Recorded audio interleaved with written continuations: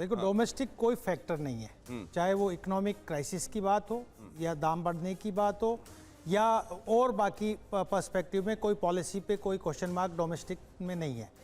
क्षेत्रीय जो environment emerge हुआ है, जिस तरीके से पाकिस्तान और चाइना और जो ईरान हमारा एक्सटेंडेड नेबर है, वो फैक्टर्स हैं जो इकोनॉमी पे इम्पैक्ट डाल रहा है और जो बाकी फॉरेन पॉलिसी के प्रति हमारा पर्सपेक्टिव बना रहा है। लेकिन जो सबसे बड़ा फैक्टर है कि अंतर्राष्ट्रीय परिदृश्य जिस तरीके से बदल रहा है और दबाव में आज के दिन, चाहे वो यूक्रेन रशिया वॉर हो, चाहे वो मिडिल ईस्ट जो कॉन्फ्लिक्ट चल रहा है, उसकी वजह से अर्थव्यवस्था पे फर्क पड़ रहा है, उसके वजह से सिक्योरिटी इश्यूज को पे क्वेश्चन मार्क लग रहा है। लेकिन यहाँ पे देखिए, जो आपने एक सवाल किया कि पाकिस्तान ज़्यादा बड़ा खतरा है कि चीन, देखिए मिलिट्रीली तो निश्चित रूप से चीन बड़ा खतरा है, लेकिन प्रॉक्सीज जो छोटे मोटे जो आतंकवाद और फंडामेंटलिज्म और इंसर्जेंसीज, वो पाकिस्तान की तरफ से बड़ा खतरा है। देखिए भारत बेसिकली इसको इन टोटलिटी देख रहा है कि ये दो जो रोग स्टेट्स हैं, जिसपे चाहे वो चीन है, एक तरीके से कोई डेमोक्रेसी नहीं है और मिलिट्री माइट्स की तरफ बढ़ रहा है और एक्सपेंशनिस्ट रिविजनिस्ट हो रहा है, और जिस तरीके का पाकिस्तान का एक इंटरनल कॉन्फ्लिक्ट्स पाकिस्तान में बढ़ रहे हैं, वल्नरेबिलिटी बढ़ रही है, वो भारत के लिए एक खतरा बढ़ा। लेकिन मुझे लगता है सर कि इसको तो अब एक के साथ दूसरा फ्री मानना चाहिए। मुझे लगता है कि जिस तरीके से ऑपरेशन सिंदूर के दौरान हमने देखा कि पाकिस्तान से लड़ाई हो रही थी, लेकिन यहाँ पे चाइना उसको मदद कर रहा था। मुझे लगता है चाइना वाले मामले में पाकिस्तान को नत्थी मानिए, और अगर चाइना वाला मामला है तो पाकिस्तान तो आएगा, और पाकिस्तान वाला मामला है तो चाइना आएगा ही उसके सपोर्ट में। तो मुझको लगता है इनको दोनों को अलग देखना बंद कर देना चाहिए। आप क्या समझते हैं अस्थाना सर? हाँ बिल्कुल सही बात है, जिसे बोलते हैं ना दोनों कल्यूजन में है, जिसे मिलिट्री लैंग्वेज में हम इस्तेमाल करते हैं कि दोनों कल्यूजन में है, पहली बात। और दूसरी चीज़, इसमें कोई शक नहीं है कि चीन ज़्यादा बड़ा खतरा है, क्योंकि ना सिर्फ चीन कैपेबल है, उसके पास साजो सामान ज़्यादा है, और दूसरी चीज़ ये है कि वो हमारे लिए इकोनॉमिक खतरा है, डिजिटल खतरा है, इलेक्ट्रॉनिकली खतरा है, मशीनरी सप्लाई चेन में खतरा है। ये सारी चीज़ें पाकिस्तान के साथ लागू नहीं है। तो चीन के साथ जो डायमेंशन जो है खतरे का, वो चीन के साथ कहीं ज़्यादा बढ़ जाता है। राइट। और पाकिस्तान के साथ तो बेसिकली क्या है, टेररिज्म ही कर लेगा और क्या करेगा। तो इससे ज़्यादा वो, हालांकि पीस टाइम में वो भी एक तकलीफ है, लेकिन वो तकलीफ इतनी बड़ी तकलीफ नहीं है कि देश में देश का विकास को बहुत ज्यादा फर्क पड़े। सिंदूर से भी आप देखिए विकास में कोई खास फर्क नहीं पड़ा। लेकिन अगर पाकिस्तान, अगर चीन हमारे को एपीआई देना बंद कर दे या रेयर अर्थ देना बंद कर दे, तो हमारी विकास में थोड़ी सी ब्रेक लग जाती है। तो इसलिए चीन बड़ा खतरा है, इसमें कोई शक नहीं होना चाहिए। और अब जरा ये यहाँ पर अगर आपने ये देखा, खासतौर से इस सवाल को ध्यान में रखिएगा कि सबसे बड़ा इंपैक्ट माना जा रहा है इकोनॉमी पर, विदेश नीति में भी इंपैक्ट पड़ेगा, ये माना जा रहा है, लेकिन उतना बड़ा नहीं। और ये भी माना जा रहा है कि घरेलू राजनीति में भी अब टर्म्स डिक्टेट की जा रही हैं। ये भी आपने देखा कि रिस्पोंडेंट्स ऐसा मानते हैं। मैं ये क्यों कह रहा हूं, इसको ध्यान में रखिएगा, जब आगे सवालों के कुछ मैं जवाब आपको दिखाऊंगा तो वहां आपको याद दिलाऊंगा। अब जरा मैं नेक्स्ट सेट ऑफ क्वेश्चंस की तरफ आपको ले चलता हूं।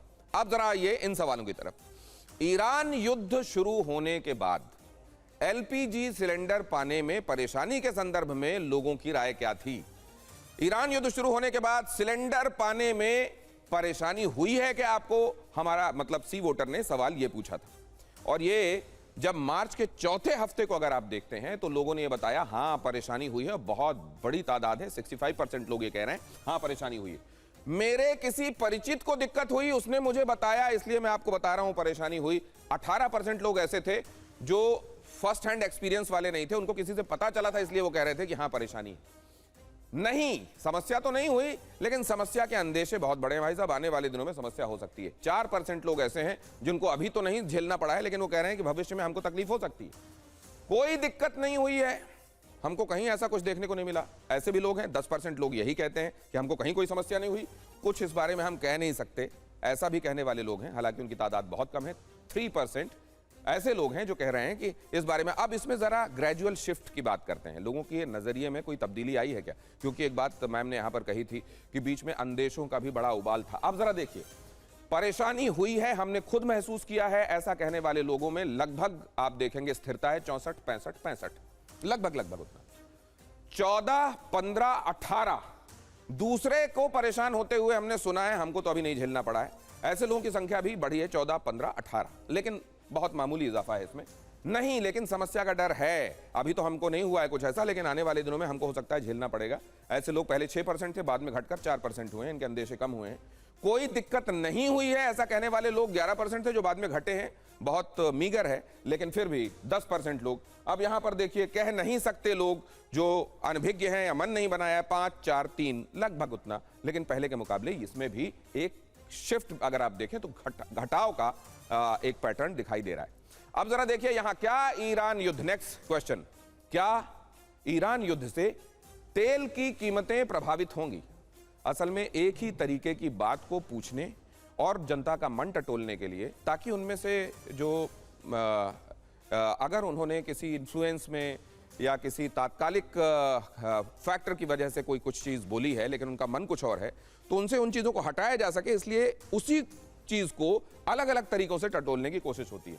क्या ईरान युद्ध से तेल की कीमतें प्रभावित होंगी? हां, प्रभावित होंगी। लोग अवेयर हैं, लोग जानते हैं कि क्रूड का एक बड़ा हिस्सा बाहर से आयात होता है और उसमें भी उसका भी 90% हिस्सा ऐसा है जो होर्मुज से आता रहा है, ईरान के बेहद करीब वाला वो हिस्सा, लिहाजा इसमें प्रभावित होने का सवाल नहीं होने का सवाल ही नहीं कहने वाले लोग भी थे जो कह रहे हैं 9% लोग ऐसे हैं, हालांकि ये 82 के मुकाबले कुछ नहीं है, कि नहीं कोई प्रभाव नहीं पड़ेगा, और इस बारे में भी कोई मन जिन्होंने नहीं बनाया, लगभग उतनी ही संख्या उन लोगों की है 9% जो कहते हैं हमको इस बारे में पता नहीं।